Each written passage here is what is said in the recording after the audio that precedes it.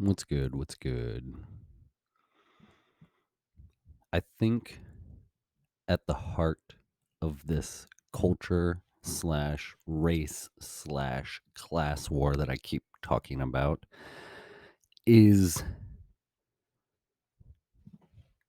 the war on capitalism or the war for communism.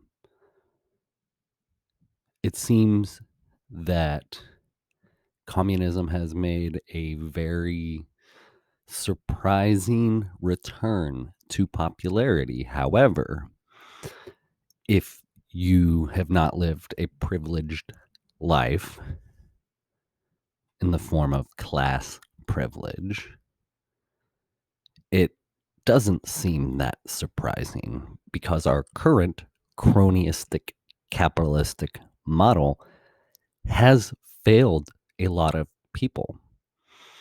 However, that is also in conjunction with our hyper materialistic culture, so that crony capitalism, hyper materialism, that creates the underlying structure of what might be called the matrix, or what I call the matrix. I understand there are a lot of interpretations to that idea, but for me, that's at the core of it. We have become machines serving a larger system that doesn't actually care about us, but just cares about its own growth and development and increasing scope of power. So if you are surprised by the rise in the popularity of communism, I encourage you to look out at your community, to seek to understand what is going on. 70% of Americans are living paycheck to paycheck. Two-thirds of Americans are overweight or obese. That number might even be higher because that was a 2016 statistic, I do believe. And I talk about informed and empowered consumers making conscious decisions. So when I talk about how capitalism has failed us, I like to use the example of McDonald's. That is the perfect example to me. Informed and empowered consumers would have the knowledge and resources to make better decisions than McDonald's. However, everyone is so tired, everyone is struggling to budget, so cheap, fast food becomes appealing when you're constantly navigating that time, energy, money paradigm. The rise in fast food makes sense. If you're constantly needing to serve the machine instead of your body is a temple.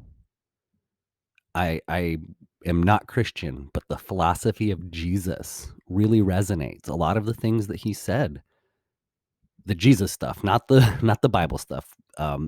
It's really difficult to discern the difference between the two because modern religion has really bastardized his message. However, moving on, the body is a temple. So if you had the money and the time to not have to go to McDonald's, and if you knew how bad the super processed shit is,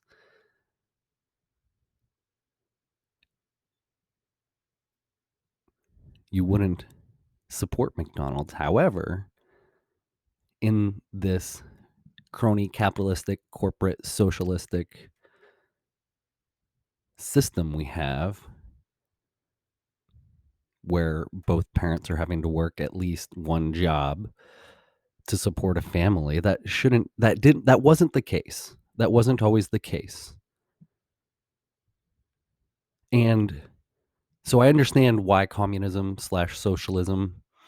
And so socialism is just like the gateway drug to communism. Let's be real for a second. You can say you're a socialist, but not a communist, but you don't know what the heck you're talking about. Socialism is just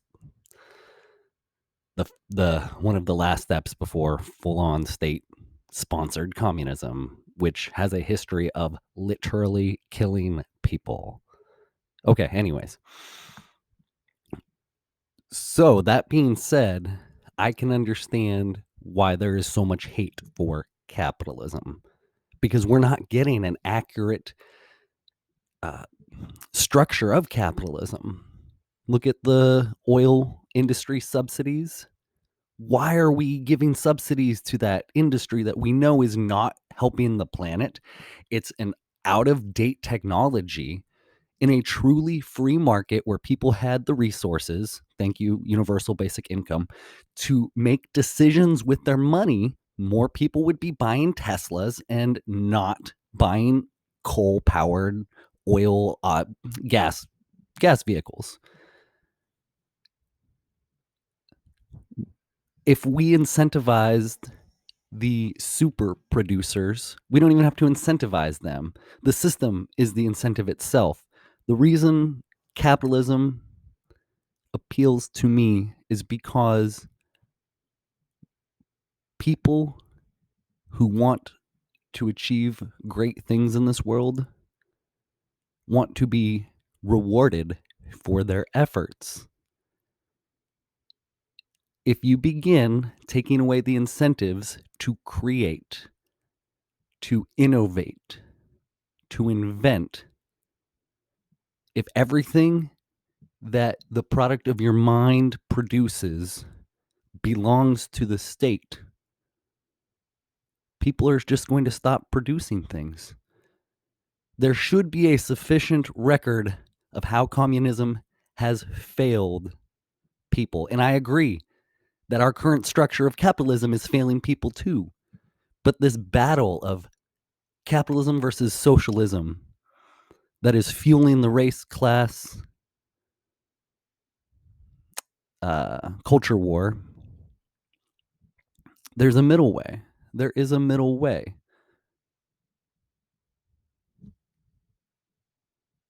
Yin and yang, walking the middle path. I believe technology, innovation, motivated and empowered people can create elegant designs for the problems of our time and of our future. There's a really cool expression: your life belongs to you, and it doesn't. And to me, that's the perfect expression to depict why we should encourage people to create and to produce and to invent, because that's their expression of individuality. And through being able to live their life, they get to experience the beauty of freedom while sharing what they can with the world. We can build a world that is not totally communistic, that is not totally capitalistic, that honors and appreciates the individual while also motivating and incentivizing the contribution to the collective. I believe that is possible. It is not one or the other. We need to recognize that humans produce at vastly different capacities. And if you want to get the most out of people, they need to feel inspired.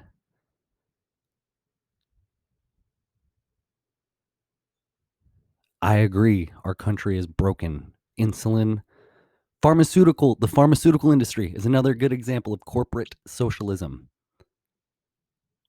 Our government can't even negotiate with the pharmaceutical companies to lower drug prices. That's not capitalism. That is corporate socialism. So our country isn't even a capitalistic country. Both sides of the government play this game. Our government is broken beyond a simple repair. So I understand the desire for revolution. I really do. Absolutely. But I suggest we pursue a revolution of reason.